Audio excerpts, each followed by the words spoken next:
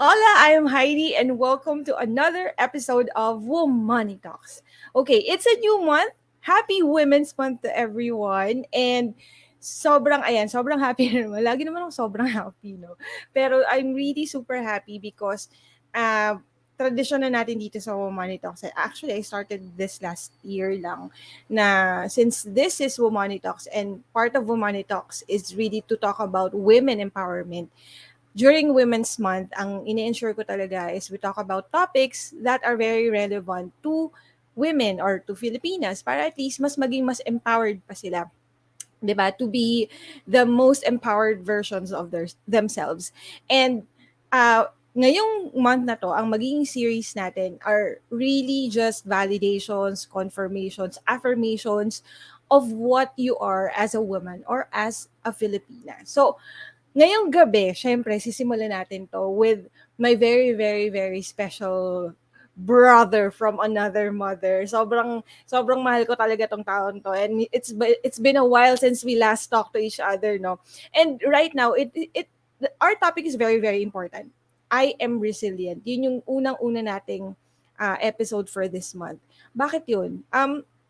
As you see, 'di ba, as we all experience during the pandemic time or yung kasagsagan pa ng mga unang buwan pa natin sa pandemic, sobra talaga tayong naapektuhan, 'di ba? Not just financially but also emotionally, and a lot of people wasn't able to really take all that stress in them na talagang tinatamaan na yung sanity nila, di ba? In fact, in a Business World article dated March 24, 2021, entitled Coping with Stress a Year into the Pandemic, it says there that organizations are already recording a spike in Filipinos battling mental health issues. According to the 2021 Pulse of Asia, the Health of Asia Barometer report, 42% of Filipinos reported experiencing elevated stress, anxiety, depression as a result of COVID-19. The National Center for Mental Health, pati ang National Center for Mental Health, hotline also reported receiving more than double its pre-pandemic number of calls per month in 2020. And one thing I believe that one thing that we should all remember if ever we are being in that kind of situation, that we have to be resilient, 'di ba? But what does it really mean to be resilient? Please share this episode. I'm sure there are a lot of friends in your network who will be also interested in our topic for tonight because it is really about being stronger, being resilient, 'di ba? So guys, without further ado, eto na, i-introduce ko na ang aking very, very special guest. Ladies and gentlemen, the life performance coach, my trifecta brother, Jon Fontanilla. Hello, hello. Hello, hello, hello, Natatawa ka. hello. Good evening, everyone. Sorry, I'm not Natawa used ka to doing kanina. this live. Um, Natutuwa ako kasi because I see familiar faces and familiar names in the chat room, and these are people from my old industry, where we kind of like met, and I want to say hi and thank you guys for being here.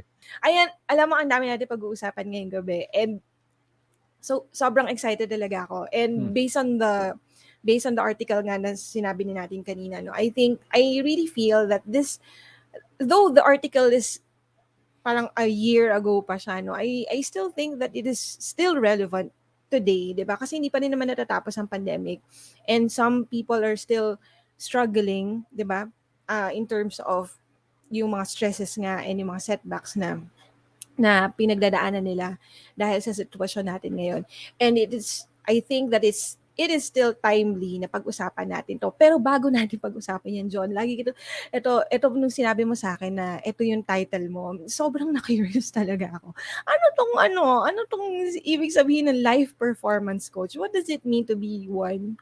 Right. Okay. So, a life first performance coach is actually a system and a framework that I have for coaching. No, basically, if you look at how coaching is defined, and I'm sure you've come across, a lot of coaches in your time.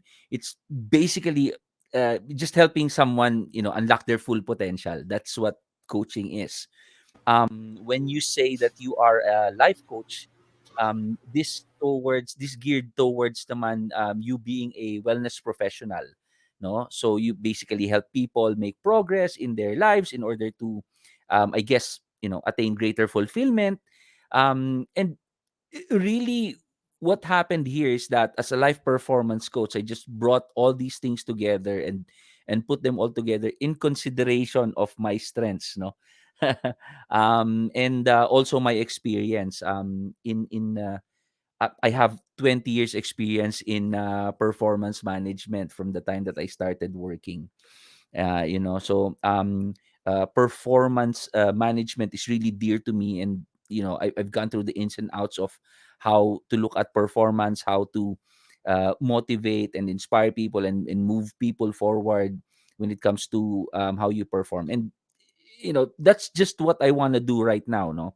As a life performance coach, or life performance coaching per se, it is basically unlocking a person's potential, in terms of coaching, and to maximize their own performance, which means to say that, um, we look at certain matrices, we look at key performance indicators, we look at certain things that we can perform in terms of our quality of life, and then we tap into each of these KPIs, and work on each of them, and collectively we can move forward with a better quality of life.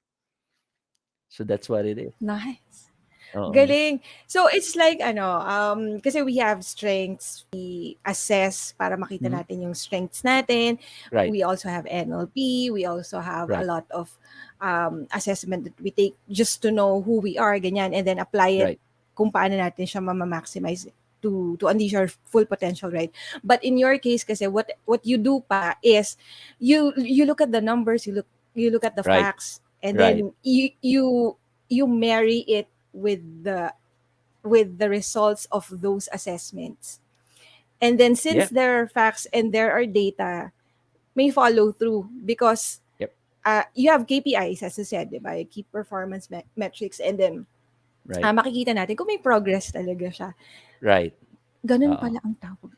Iba ka talaga. Yes. Iba ka Life talaga, performance, Tito yeah. John. So it's life Yeah, coaching so, and performance management rolled into one. So that's what it is. nice. Ayan, sabi ni Emma Palma, ang galing ni John. Yes, indeed. I agree with Thank you you. very Thank much. you. I've worked with John for ilang taon ba tayo magkasama I nun, would John? Mga say, well, 2 years. 2 to 3 years din, di ba? Mga well, ganun. intensively we worked together for about 3 years, no.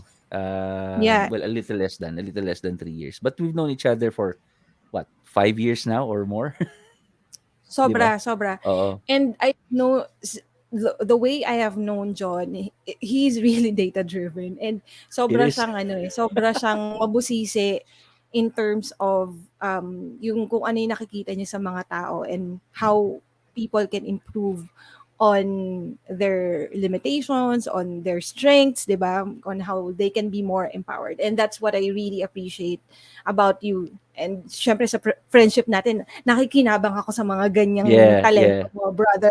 Right. Kasi You know, nagsisitahan kaming dalawa. one Mhm. of the things that I wished we did before is to, identified our strengths earlier nung tayo pa magkakasama nila True! Cliff and all that, so we can Totoo! Totoo. definitely just work around, and but it's never too late. It's never too late. Correct. I'm happy that each of us, we kind of like discovered what our strengths are. And for those of you watching who doesn't know what we are talking about, I'm sorry. We're talking about the language of strengths. We're talking about Gallup Clifton strengths. uh for those of you who are in the early years, we called it Strengths Finder 2.0 before it became Clifton Strengths. So that's what we're talking about here. So if we had the chance to get to identify what our strengths are on the early onset, I think we could have, you know, um, Empire threaded, na yun, John. oo farther and better, and but yeah, Totoo, yeah, totoo. yeah. It's never too late, 'di It's ba? never too It late. was just Oo. later lang din kasi na, Uh, and I'm glad that we grew apart if there's such thing as that. Kasi 'di ba parang us growing together, that the three of us, Cliff, you and me, when we were doing our things in the past, parang we are in our comfort zone because Yeah. tayong tatlo, sobra talagang komportable tayo sa isa't isa. But Oo. when we grew apart, that's the time that we were able to absorb or attain Yeah. more knowledge na Yeah. feeling ko kung tayo-tayo lang tatlo yon hindi natin yun makukuha. So, I really feel that yung comeback natin tatlo together, the Trifecta Brothers and Sister, it I'm will be I'm massive talaga. I'm looking forward for the day na ano, na magkakasama tayong tatlo, 'no? So for the people who don't know who Cliff is, 'di ba? Sana Makikilala gising ninyo si siya. Cliff. Gising ba si Cliff? Pagalawin mo yung baso mamaya, Cliff, ha? Oo nga. Well, I hope he's here. Is he here? Did you invite him? I'm not sure if Yeah, he's here, but he I hope knows, he's he here. knows, But he knows. yeah. So now that I know what the life performance coach is, and now Mhm. that people know how they could tap you maybe para at least in the future if they want someone who will coach them in terms of this aspect, let us move on to the topic at hand. No, so we are talking about resilience. Okay, Mhm. and what we want to know about being resilient is, what does it really mean to be one? For us to be able to obviously answer what does it mean to be resilient, let's first define what resilience is, no? Mm. At least in this particular context. Some people may define it differently, but in this particular discussion, in this context, I would define resilience as the ability to withstand adversity, no, and bounce back from difficult life events. The One of the things that I'm proud of doing, and I'm happy that Heidi's giving me the chance to speak about it, is that resilience as defined, we can always work on what resilience is. But I want to go beyond resilience through my role as a life performance coach. If you look at resilience from a life performance coach's perspective, we go beyond the definition. So it's not just really withstanding adversity, no. It's not just really with bouncing back from difficult life events. It's also identifying how fast can you get back, from being knocked down, 'di ba? So we're talking about speed. We can also look at it as a strategy. How many options can you come up with to battle difficulty and all that, 'di ba? Accuracy as well. How specific and precise are we with our action and plans and execution and all that stuff, 'di ba? Another way of looking at it is how optimism, 'di ba? In terms of how can we find opportunities in the calamities that we face in life. So um in the context of a life performance or from the perspective of a life performance coach, this is what I look for, no. And we go beyond just the definitions, because if you just define resilience as it is, it's easy to understand. It's basically the ability to withstand adversity and bounce back from difficult life events. So now that we have defined what resilience is, no, and I appreciate the data that you shared earlier, no, I also have my own data to share, and if you will allow me to read from it, no, just to make sure that I have the correct numbers and all that, no, but this data is coming from the State of the Global Workplace report by Gallup in 2021. That's the latest. Wala pa silang 2022, no. But what they found out is that negative emotions are at rise, no? Which means that there are only four negative emotions that people feel around the world right now during the pandemic and the post-pandemic stage. Worry, stress, anger, and sadness, no? So itong apat lang na to. So people are worried, people are stressed, people are angry, and people are sad, And to think about it, no? Um, what if nga naman the next pandemic is a mental health pandemic? Okay, Mm. what if it's the mental health pandemic? Kasi really it's here now eh. It's at our doorstep. It's at the forefront of where we are right now, no? Even post pandemic, no? In addition to that, ang what Gallup has found out is that and this is with regard to employees. There are 7 in 10 employees who are struggling or suffering rather than thriving, no. Mm. It's important right now, wellness is a thing of the past eh. Wellness is just going to be part of employee experience and employee engagement, Mm. no. Wherein thriving kailangan ang mga tao, no. And that could be at another topic that we're discussing. What I'm trying to say is that um we need to be mentally strong and mentally tough to face and triumph over these adversities, no. Mhm. And on top of being resilient, if we are faced with these negative emotions, it's doubly hard or it's quadruply hard, 'di ba? Na maging resilient tayo kung ito yung haharapin natin in 2020. So to answer the question, what does it mean to be resilient? It's basically, it means that we need to be mentally strong and mentally tough to face all the trials and the tribulations that we are to experience in the near future, with consideration of the negative emotions that the whole world, not just the Philippines, no, the whole world is Mm-hmm. experiencing worry, stress, anger, and sadness. So, kung hindi ka man worried, most likely stressed ka. Kung hindi ka man stressed, most likely galit ka. Kung hindi ka man galit, most likely Mm. malungkot ka, no? And Yeah. 'di ba, to identify what really is the problem, we need to identify what emotions are we experiencing, 'di ba? Kasi minsan Tama. napagkakapalit-palit natin 'yan eh. 'Di ba? Some of the Tama. emotions that we feel um uh and the least that we the least that we really look at is anger, 'di ba? Mm. We look at anger as something na uh, it's a way of us, it's an outlet or something, but it's really just an emotion that we feel to cover up certain other emotions, 'di ba? Yeah. So, So, yeah, ang napulot ko diyan sa sinabi mo, you really have to understand where it is coming from, no? mhm, Kasi there are different ways to address whatever it is that you're feeling.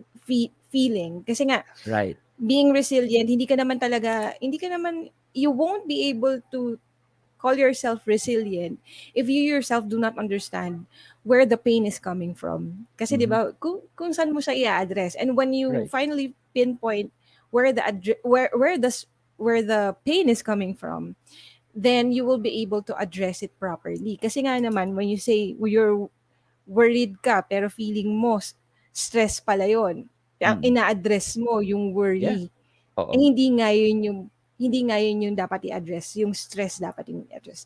So, yeah, I get you there, brother.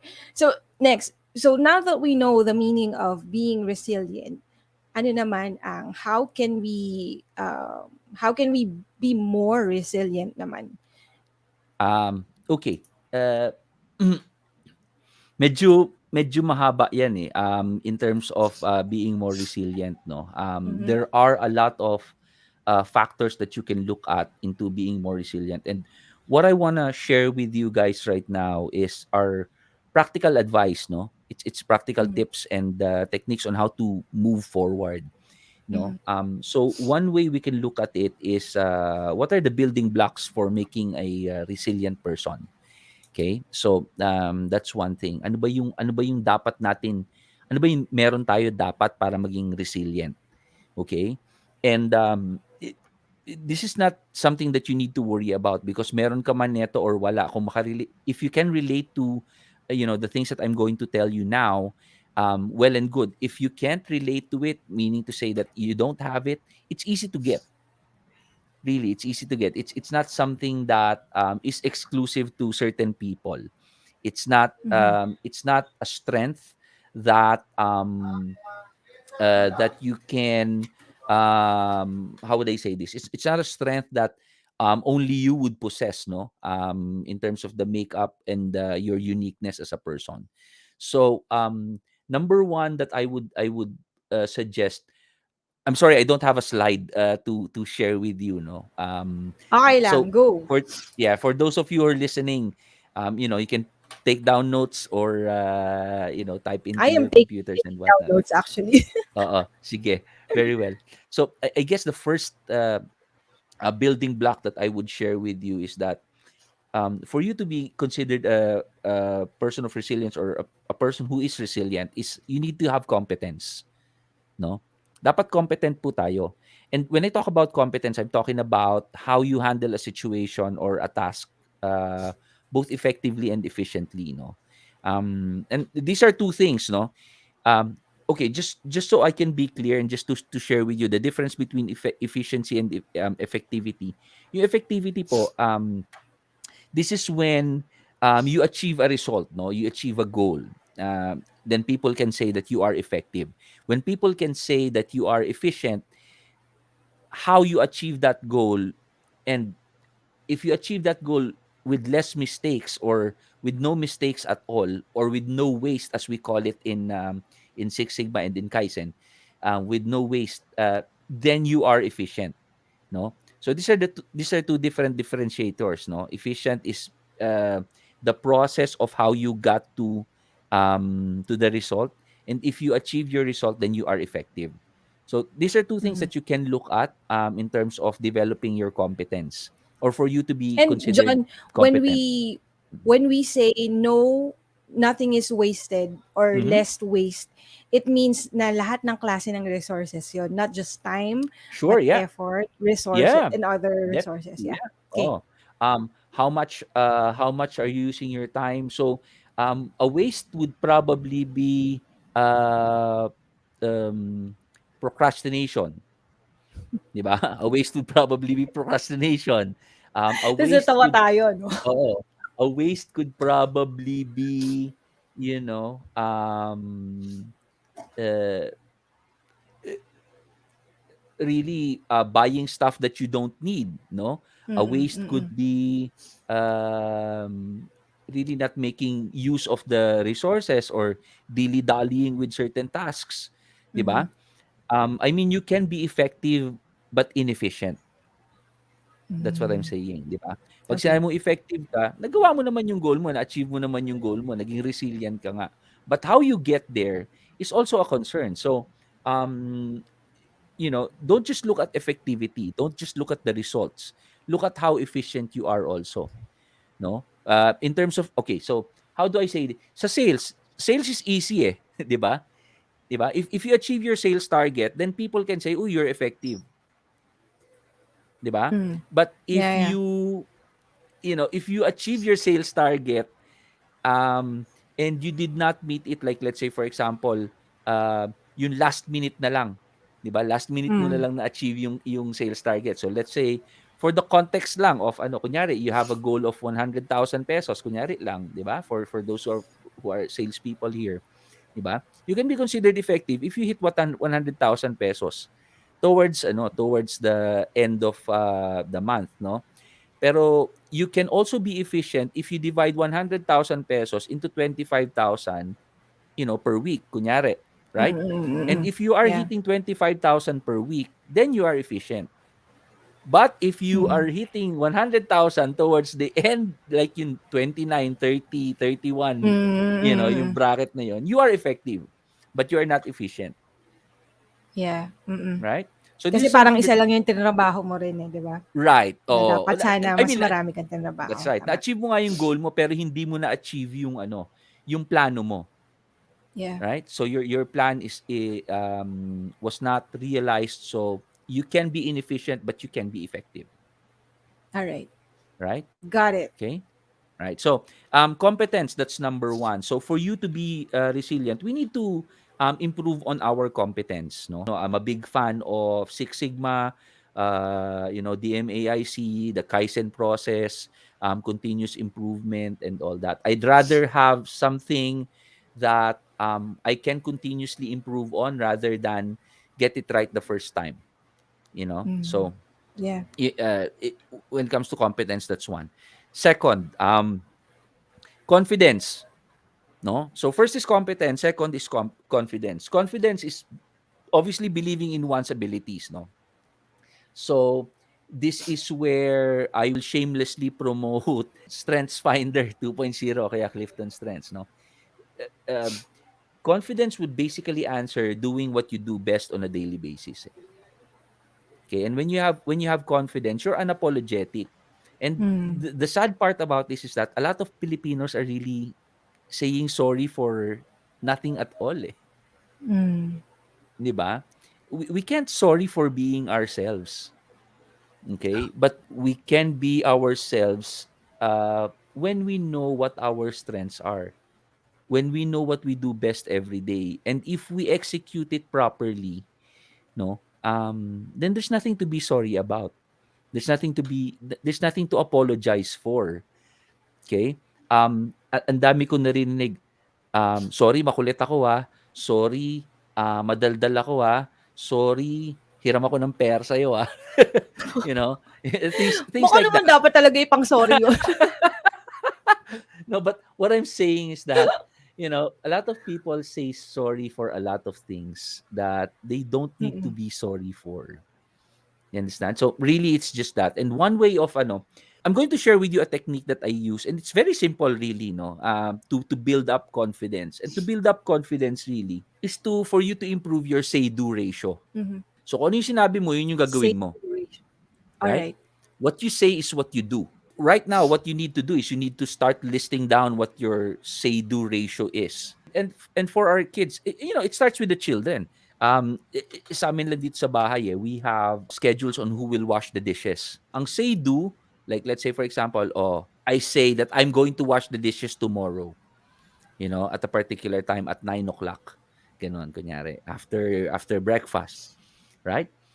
If you're not awake at 9, and if you did not wash your dishes at 9, then it's not your say-do. Kahit tapusin mo na, kahit gawin mo siya at 10, that's not what you said, right? Mm. So your say-do failed, right? So you look at other activities and other commitments that you say to other people or just to say to yourself, right? Mm. I'm going to wake up at 5 a.m. tomorrow. I'm going to exercise at 6 a.m. I'm going to eat breakfast at 7. I'm going to be at work and not be late at 9. I'm going to, and list it down. And at the end of the day, try to assess, what's your say-do ratio? Ilan dun sa sinabi mo ang nagawa mo, right? Tinamaan If na naman it's ako. Oh, no, no, but if it's a high score, then definitely you're going to build confidence. Mhm, mhm. Then definitely you're going to build confidence, no? Um uh this is how we do it, 'di ba? You are going to be accountable and going to be responsible for your own actions by doing what you say and managing your say-do ratio, right? Nice. Okay. Ngayon ko lang narinig yun, manage your Mm. say-do ratio. I Yeah, yeah, like yeah. that. Yeah. All right. What is the third? Sige. Another thing that we can look at is coping, no? So we have competence, we Mm. have confidence, we have coping. Coping is Mhm. basically what I'm talking about coping. When I talk about coping, I'm talking about the skills and the strategies in dealing with negative emotion like stress or when you identify your potential or power to overcome these obstacles. Okay? So Mhm. how you cope with them. Okay? And other people are and really when we say it's coping, it's self-awareness. 'Di ba? It's self-awareness. I mean, Nika and I, for those of you who don't know, Nika is my wife. So Nika is, she has a different way of coping with things. I have a different way of coping with them, Mhm. right? But what is important is that we know how to cope. What are the skills and the strategies that we use or that we employ in terms of coping? If we don't Mhm. know this, then we have to sit down and reflect. How am I when I am faced with a certain problem? How Mhm. am I when I am placed in a stressful situation, when pressure is put on me? What are the things that I do? And it's not just you. You can also ask people, right? Yeah. And again, going back to the language of strengths, our strengths would allow us to do this. How we cope. How we cope is basically what we need on a daily basis. Okay, what we need. Like let's say for example, my number one strength is analytical, and I can only speak for myself. My number one is analytical. So what I need are reasons for being. What's the cause of these things. So that's how I cope. I cannot cope with anything if I don't know what the reason is. Correct. I'm You want having to a know the difficult triggers time. first now. Right. Mm. You can call it triggers. You can call it whatever it is that you want. But really, it's knowing what you need. Address. Yeah, what you Right. need. Di ba? So if I don't get that, uh, wala na eh. Nahihirapan ako i-process eh. Nahihirapan ako i-process. But if I have that, um, even if it's a negative reason, I try to understand, no, and that's how I cope because I already know what the reason is. Mm-hmm. Yeah. So anyway, so that's number ano ba yan? Number 3, yeah? Number Um three, yeah. So number 4, so okay. So bali 7 to, no? Bali 7. Just bear with me, bear with just to me. man. Oh, yeah. They are so So into this, John. Actually, may mga questions na nga sa chat natin. talaga, We will go into their questions later on kapag siguro after nitong one, two, three, fourth point mo. So, go sige. ahead. All right. Sorry, I just came across one of Wendy's questions, yung how can you All be right. successful in your personal transformational journey? Okay. There, okay. If Yan. you want to answer that, go ahead. Sure. It's not really how can you be successful. It's how you would view success is. Mm-hmm. For me, that's more important. That's a more important question. The how can be answered easily by your strengths and all that, but the um how you would what is success for you? Success kasi for me is relative. Yeah. It's relative, it's also subjective. It's subjective to the person. I mean, if success would mean somebody to achieve more money, then gear towards that. If Mm-hmm. success means to build more relationship, then gear towards that.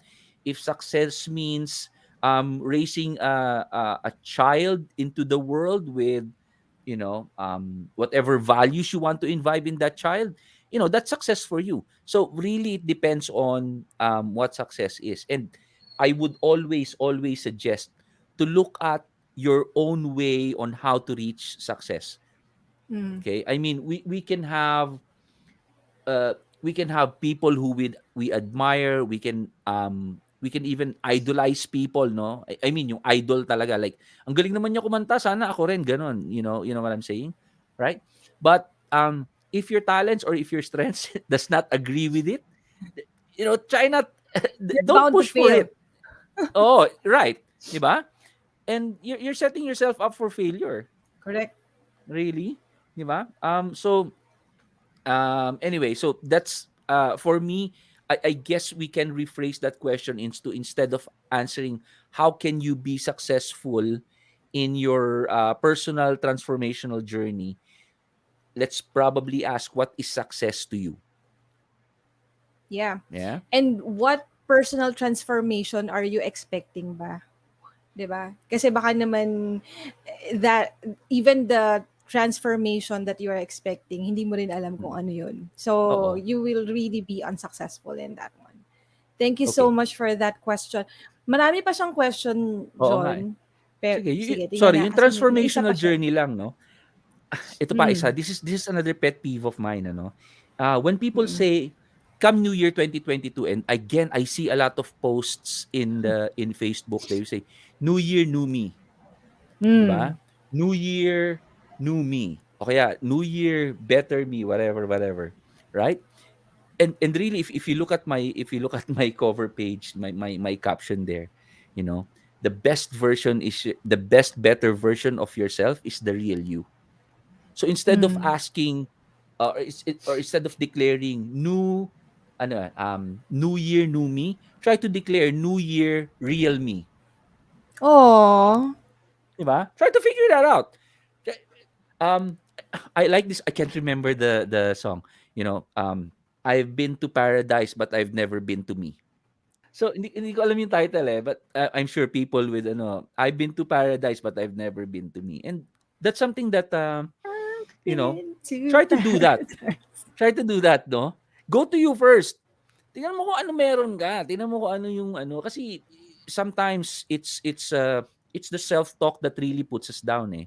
Self-doubt, self-sabotage, self-negation, um uh you know, we should appreciate ourselves more eh. Mhm. Self-appreciation. We should do more positive self-talk rather than, and yun talaga yung gusto ng mga tao eh. It's always something that's new. Try to look at Mhm. something that's old that you haven't really maximized its full potential, which is you. Totoo. Di ba? Hindi ka naman bago eh. Right? Totoo. Oh my gosh, So, very Clifton.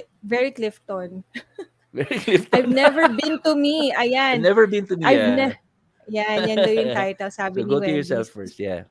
Yeah. Go to yourself Ayan. first. Very good. That's a very good insight. Gustong-gusto ko yung wag na yung New Year, new me. New Oh, New Year, Year real me na.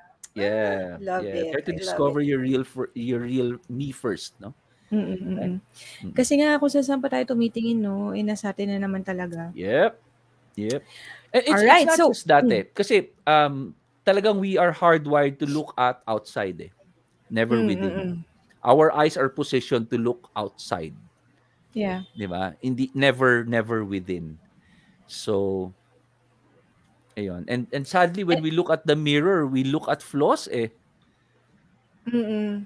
'di ba? Eh kasi nga, our standards is from outside. Right. 'Di ba?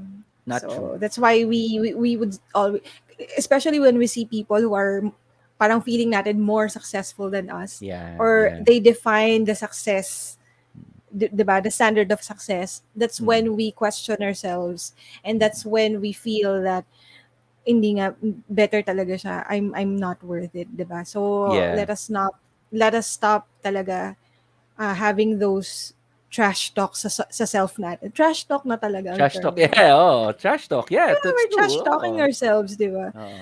Okay, so So, moving on going to back. your fourth Sorry. Where were we? So we have confidence, fourth building block. competence, confidence. We talked about Yep. coping already. Yep. So let's talk about control, right? So Ooh. it's competence, confidence, coping, and control. So control is being responsible and accountable for our actions and decisions. Mhm. One of the things that I want to talk about when it comes to control is we need to stop playing the role of the victim eh. 'Di ba? Um, hindi kasi pwedeng palagi na lang tayong biktima dito, you know? We're, um, Kasi minsan uh, nambibiktima rin naman tayo. Ganun ba yun? yeah. So one of the things that one of the most memorable and most significant and most relevant things that my mom taught me, no? Ayan, si Mama andito. Hello, Ma. Is she said, "You are the product of the decisions that you make." Hmm. Right? You're the product of the decisions that you make. That's true. Everything always boils down to a decision. Eh. And if you make that decision, you have to be accountable for it. Be responsible for the decisions that you also make. No? Um, and I came across somebody who has like really strong responsibility and Nika has really high sense of responsibility. Grabe eh. Hindi ko maintindihan kung paano niya ginagawa. Hindi ko maintindihan kung paano niya talaga ginagawa yon, but I appreciate her for that. But it's something that you can always be responsible for, no, when you make decisions. So um everything is in our control. Uh, never think that we don't have some sort of control over certain things, right? Mm. And even God gave us control over our life. 'Di ba? Even God Yeah. gave us control Free over our will. life. Free will, that's correct. Oo. So based on our decisions, based on what we do, we get to the result of it. Yeah? Okay. So we have control. Let's talk about character also, no? So we have competence, we have confidence, we have coping, we have control. Let's talk about character. Okay? Character is also very important. And character, I don't need to say this, no? I'm sure everybody will agree, 'di ba? Character is personal morals and values. Okay?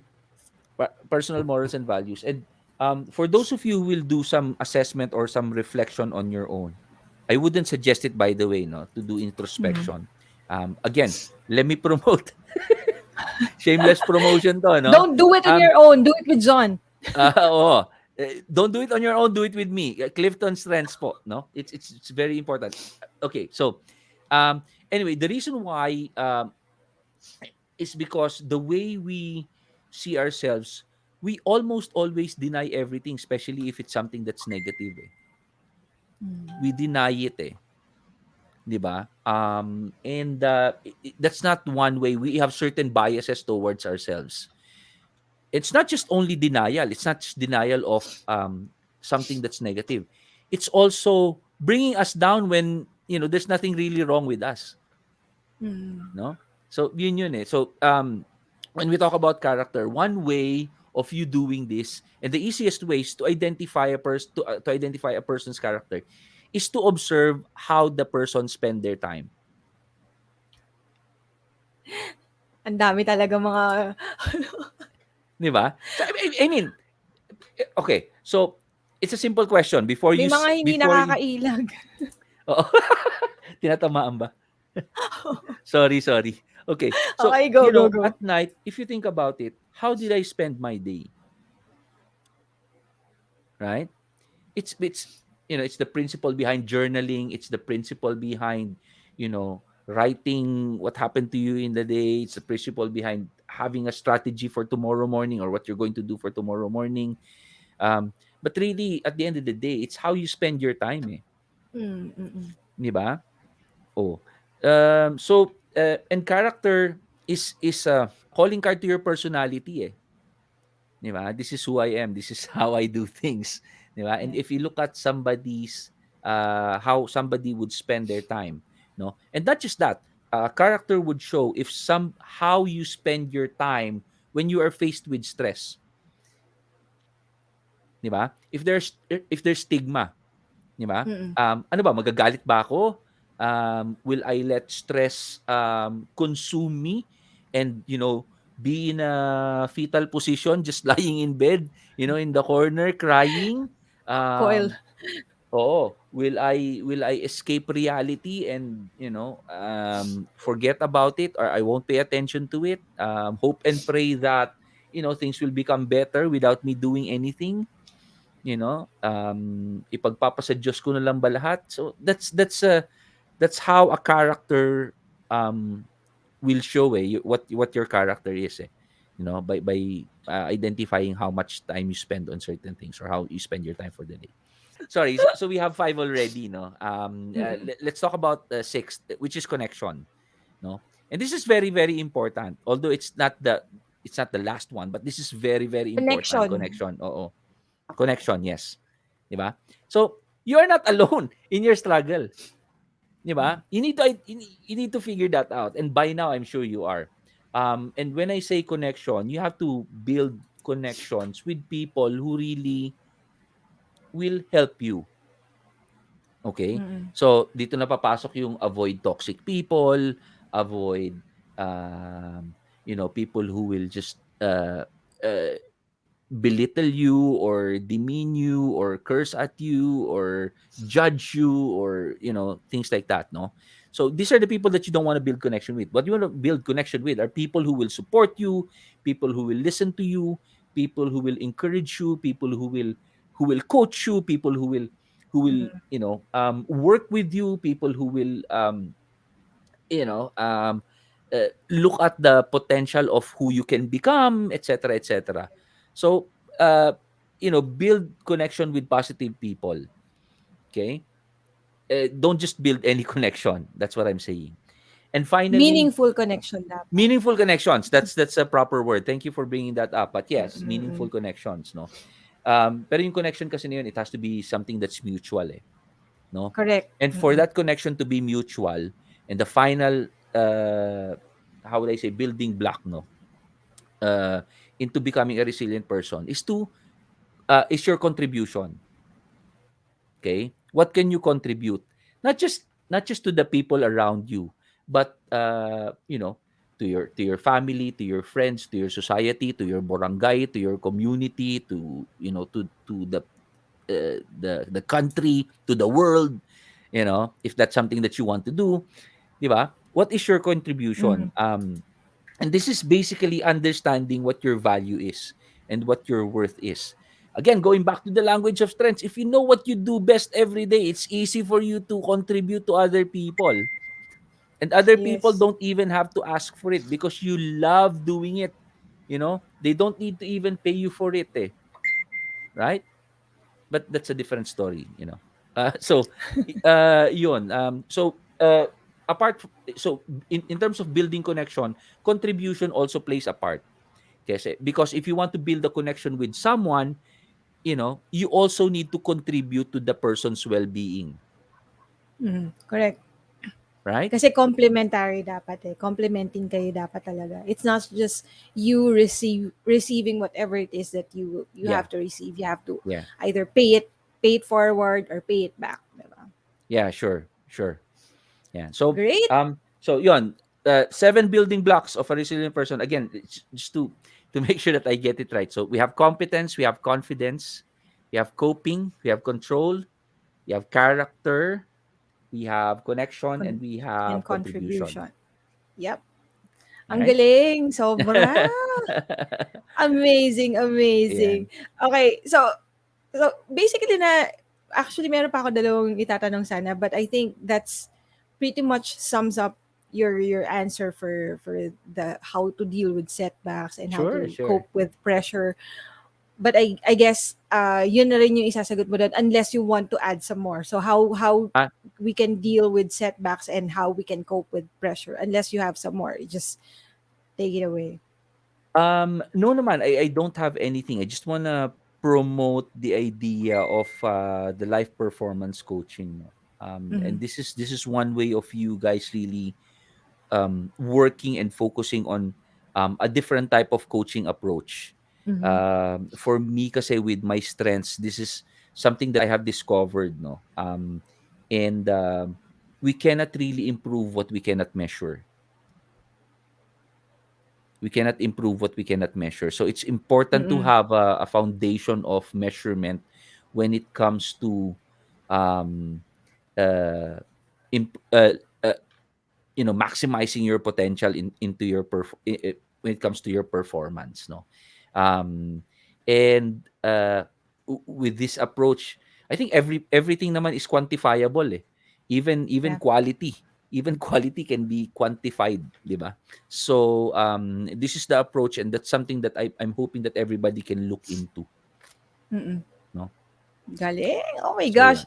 Grabe, sobrang ang dami na natin na pag-usapan, John. And we have come to the last 5 minutes of the program. Ang bilis, di ba? Mabilis lang, di ba? Sabi sa'yo, mabilis lang to. Mabilis lang yung isang oras lumilipas dito.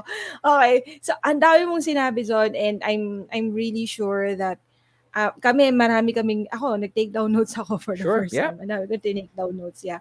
And any advice that you would want to share with our audience on how they could implement this right away, this seven things that you've mentioned, yung competence, confidence, coping, control, character, Hmm. connection, and contribution. How will people be able to practice this right away, but at least it will be easier for them to cope with the daily stress that they are facing.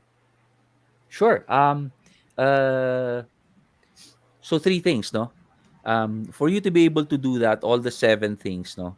Um, and I would say the first one we already done, no? So you need to be Mm-hmm. aware. So you need to be aware what you need to improve on. So these are the seven building blocks that you need to work on, right? So that's Mm-hmm. awareness. Second, you need to be conscious about it. No, when I say that you have to be conscious, you have to be conscious about your actions. No, am I um am I contributing to improving my character by doing this? Am I improving to uh am I contributing, to the betterment of the people around me by doing this? Um, am I improving my ability to cope with things when I do this? Things like that. So you have to be conscious. And number three, you have to be deliberate. Once you made that decision, in terms of you being conscious about how to work about it, how to go about it, you have to be deliberate on how you live your day on a daily basis. How you live Mm-hmm. your life on a daily basis. So be deliberate in your actions. Okay, nothing is done by accident. Nothing is done by accident. No. Everything is done because you want it done. So Ay, there. grabe. Grabe na to. Hindi ko na alam kung kung paano ko siya i-recap kasi na-recap mo na rin naman lahat. Well, I guess my takeaway talaga for our from our discussion tonight is to really be conscious about your strengths, 'di ba? To be aware of your strengths actually. Mm. Kasi it's really how you can, kasi ang nagko-cause lang din naman talaga ng mga stress is hindi mo alam kung ano yung nagti-trigger sa'yo. Kung alam mo man kung ano yung nagti-trigger sa'yo, hindi mo alam kung anong meron ka na pwede Right. mong gamitin to combat Right. that one. Right. And tama si John that the first thing that you need to do is be aware. You Mm-hmm. have to be aware of what you're capable of. You have to be aware of your limitations, Sure. because only with those knowledge that you can maximize your inner resources. Mm. And hindi ka masasad. Kasi Yeah. alam mo yung stress ka na nga, tapos hindi mo pa alam kung paano mo i-combat yung stress mo kasi hindi mo alam kung ano yung strengths mo talaga. Mas nakaka-stress, 'di ba? Mm. So, I guess yun yung pinaka-takeaway ko talaga. Ang daming natutunan ng mga audience natin sa inyo. Sobrang si Wendy happy siya. Sobrang siyang happy, brother. And okay, John, ano ang if ever you want to promote something, or Mm-hmm. where can our audience reach you, or where Sure. can they follow you? Sabihin mo na ako anong meron dyan. So everything's done in the background as of this time, no. I am working on launching an online learning platform, Mm-hmm. specifically for strengths, no. So it's like having me online as a coach, but not really. So everything is going to be through a module-driven platform for learning. It's going to be very interactive. I've been talking to several programmers, developers on how we can do this online, no? Mm-hmm. And we have come up with something, and we are working on it. So, um, in terms of promotion, just watch out for it soon. When I launch it, I hope I can tap into Heidi to help me promote Naman! Ano ba? that service, and so. We'll have you again para para ma-share mo Yes, ulit yes, 'yan. please. Kasi Oo. I'm sure after this episode, a lot of people would message us na talagang sobrang nag-enjoy sila at marami sila talaga natutunan dito sa ating episode na 'to.